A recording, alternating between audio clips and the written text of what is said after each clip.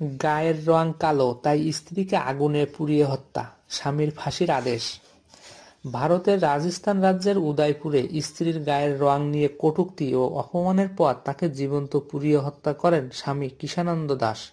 এই নৃশংস হত্যাকাণ্ডে আদালত তাকে মৃত্যুদণ্ডের রায় দিয়েছে। মৃত্যুর আগে দেওয়া জবানবন্দিতে ভুক্তভোগী লক্ষ্মী জানান, তার স্বামী কিষান দাস বিয়ের পর থেকে নিয়মিত তাকে কালো বলে কটাক্ষ করতেন এবং শরীর নিয়ে অপমান করতেন।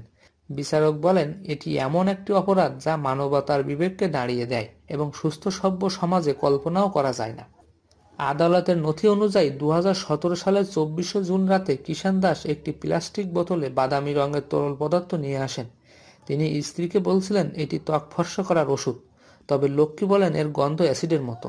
এরপর কিষান দাস সেই তরল শরীরে মেখে আগরবাতি দিয়ে আগুন ধরিয়ে দেন। শরীরে আগুন ছড়িয়ে পড়লে তিনি অবশিষ্ট তরল পদার্থ ঢেলে দিয়ে পালিয়ে যান। পরে কিষান দাসের বাবা মা ও বোন গুরুতর দগ্ধ লক্ষ্মীকে হাসপাতালে নেন, তাকে বাঁচাতে পারেননি। মৃত্যুর আগে তিনি পুলিশ চিকিৎসক ও নির্বাহী ম্যাজিস্ট্রেটকে পুরো ঘটনার বিবরণ দেন। উদয়পুরের জেলা জজ রাহুল চৌধুরী বলেন, এই হত্যাকাণ্ড বিরলের মধ্যেও বিরলতম।